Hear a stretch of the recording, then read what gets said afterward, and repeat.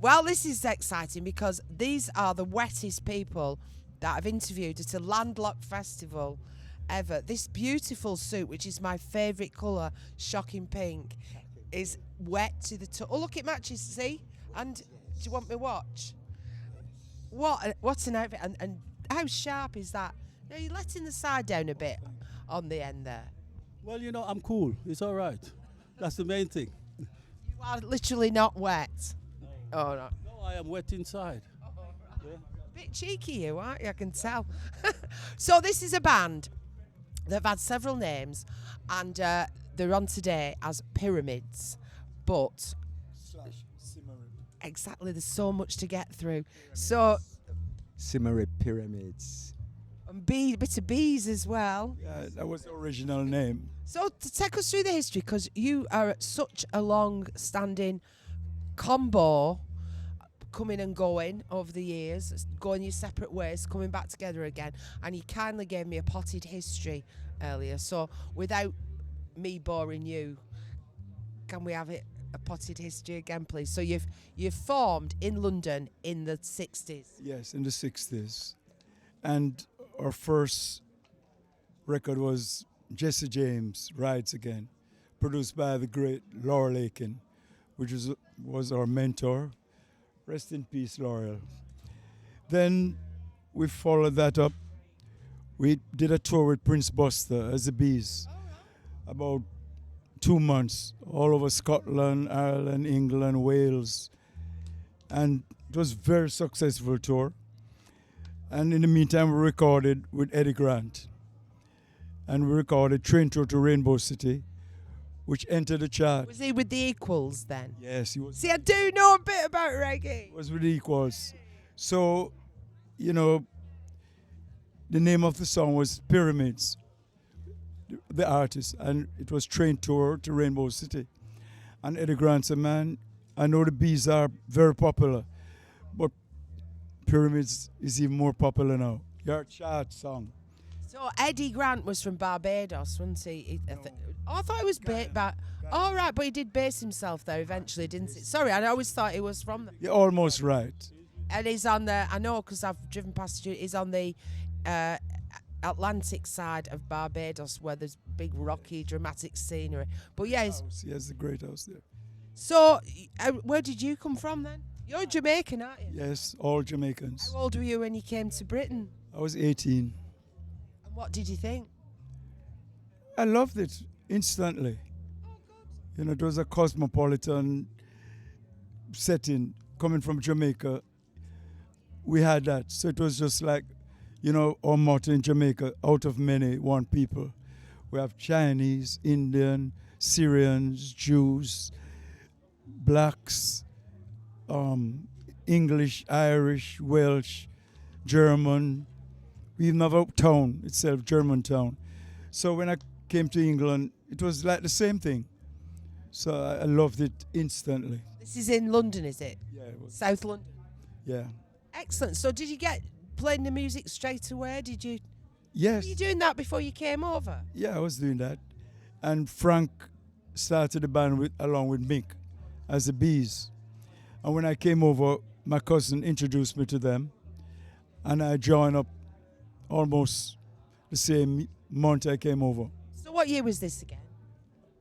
Do I have to say? Yeah, please. It was historical. 1964.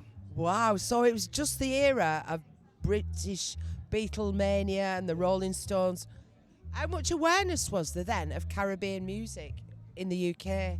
Yeah, but it was very big, You had people like Laurel Aiken, Prince Buster, Derek Morgan, Millie Small. Don't forget. My boy lollipop.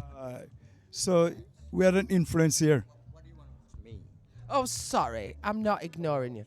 No, I'm not. So, where were your roots originally? Well, I was born in Jamaica, and I came to England when I was a child. I went to school here, and I decided to form the band with my mate, Mick. And, we had some interest at that time, was following the pop boys like The Who, and, that's what my interest, And And how easy was it to forge a career in the UK, making the kind of music that you wanted to? In a way, it turns out, to be honest with you, we were lucky because while at practicing, we were just self-taught musicians. And in a short space of time, we were introduced to Larry Lakin. Larry Lakin introduced the manager.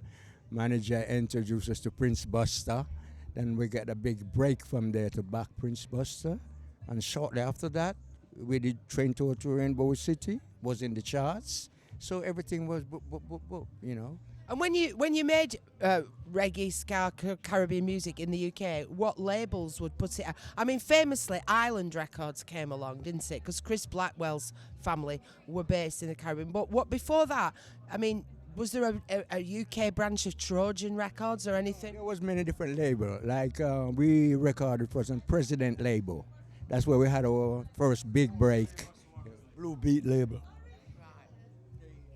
President label, we had the first big hits, like Train Tour to Rainbow City. But before that, as Monty said, we had Blue Beats, Ska, on a smaller label, which we had a couple of minor hits there.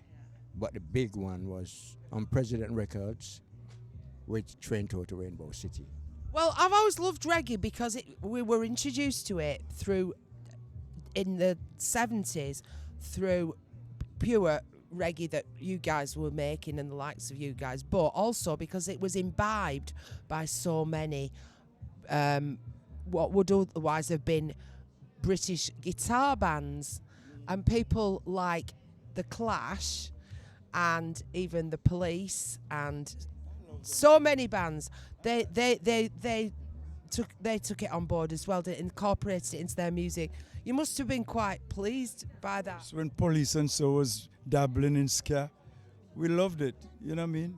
So I want to ask you a question on the end there, and what we were always told, as listeners to Radio 1, for example, and it became the received wisdom, was that there was no reggae as far as us Brits were concerned. We weren't aware of it until Bob Marley was such an evangelist, and that must have really pissed you guys off.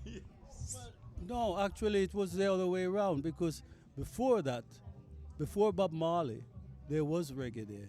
And every party and weekends, people were playing music of reggae. They're playing reggae everywhere. Prince Buster Tour was sold out, right? And then Millie was performed. There was lots of other people. So actually, when Bob Marley came, the difference was that Bob Marley had a sort of charisma in the songs that goes with it and sold everything. And as I mentioned before, he also had Island Records.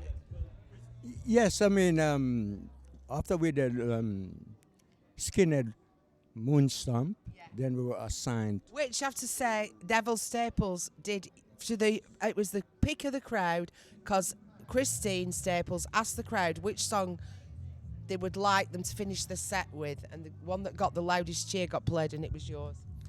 Yes, well, it's still nice to know that they chose that song because that's been charted 3 times. You know, it's a big thing. You know, it's all over the world right now. You know, the Skinhead Moonstomp. You know. Don't forget, before you say anything, you're saying about Bob Marley's era, which was 70-something. Yeah. Skinhead Moonstomp was released 1969. No, I wasn't saying it was correct. I'm saying that's what we were told. No, the people flocked to it. The skinhead culture was blooming. I'm not talking the boneheads now. The skinheads. You know what the boneheads are? We're not talking racist people. Ah, you got it. So these guys, they were following us. That's why we made Skinhead Moonstomp, which is their anthem now. Why do you think skinheads took so much to your music? Because we are all charismatic, you know, and so. What's happening to the skinhead thing? We see a trend. It's just like I say, we were really lucky. We could see the trend of what was moving in the skinhead direction because they were following us. So we all come together and just write a song about them. Just make a song about them. For the people, for the skinheads. Well, it went down well last night with the old skinheads. Skinheads, get up on your feet. It become a national anthem. And of course, in Jamaica before Bob Marley, I mean, there was Toots and the Maytals and people like that. Right? Scatter like. No, to be honest, no. Bob Marley was there same time with Toots. The Wailers was there same time with Toots making hits. But you said local hits, and among West Indians in London and America and all that. He wasn't international until 1970 something. But Bob Marley was making hits, even those in the 60s. Well, we used to go. This is in Leeds now. We used to go into an area called Chapeltown, which is famous for all the wrong reasons. But we used to go on a Saturday night, and they'd have the big sound systems, in somebody's cellar or something, in one of these big decrepit Victorian houses. Basement party. And we would be, and we were so welcome. We thought we would be like, oh, what are you doing here? But we were so welcome, and we absolutely loved it. And really, really heavy dub as well. I like a bit of heavy dub. Yeah, listen, Jamaicans are really friendly. It's our nature. But that bass through your belly. Now you feel it. That's where it's supposed to be. That's what I missed all through lockdown. I missed live music and feeling the bass and the drums, actually physically feeling it. Taking a beer and then put your back and lean back against the bass speaker while you're drinking and listening. I must try that. Try that. The bass goes right through you. Lovely. Now, I've got to ask you guys, because you are so snappily dressed, what is it about Neville and you guys and the band that's coming on here? Pardon? Yes, thank you. Death of Guitar Pop. What is it? Their clothes are so finely cut and expensive and everything. What is it about you guys and your genre of music that requires suit, hat, I told you before, we are lucky. Everything just go away. We just have that thing, tradition, and we've been off the scene for a time, and they said these guys they're popular now, but I don't think they've got much on us, although we've been, sleeping a bit, but we're back. I love it. I think people have gone too sloppy with the clothing. And, especially with lockdown, everybody's walking around in football tops and tracky bottoms. I think I'm in good company here today. Yes. Well, Appreciate that's how it is with clothes. Everybody, if you're clean and looking well, people will come and say hello to you. That's it. My dad used to say, always judge a gentleman by his footwear. So there you go. Well, it's been a joy, and it's been a joy to hear you play today. And we've had a very short history of when you formed, but you've been split up. Where did you go and live for years? Well, we lived in Germany, we live in Austria, and we live in Switzerland. And you lived in Finland. I'm still living in Finland. Wow. It's a different. They look in Finland. All the bands tell me in Finland, and we saw it as you said earlier with the Prime Minister. They like a drink, they like a dance, and they love bands. And the bands I've met go, "Oh, come to Finland, you'll get mobbed." Right now it's summer there. There's concerts going everywhere. Okay, that explains why you went there. Carnival now. There's a carnival now start in Finland now. Well, we'll see you at the next one, hopefully. Next one, looking forward to that. I understand this is my first Stone Valley, but I understand you're quite a fixture. Yes. About 4 or 5. I will come and I'll try and dress a bit more smartly next time. You look smart. You look. It's very nice. Well, I'm competing. You see, Toy is here, and she always wears sequins. So I thought I'm not going to be outshone. I'm good. Thank you. Oh, I take that as a great thing from guys. Look at these guys. Thank you so much for doing this little video. We thank you very much. And I didn't mean to ignore you at the beginning. No. I think we've made up.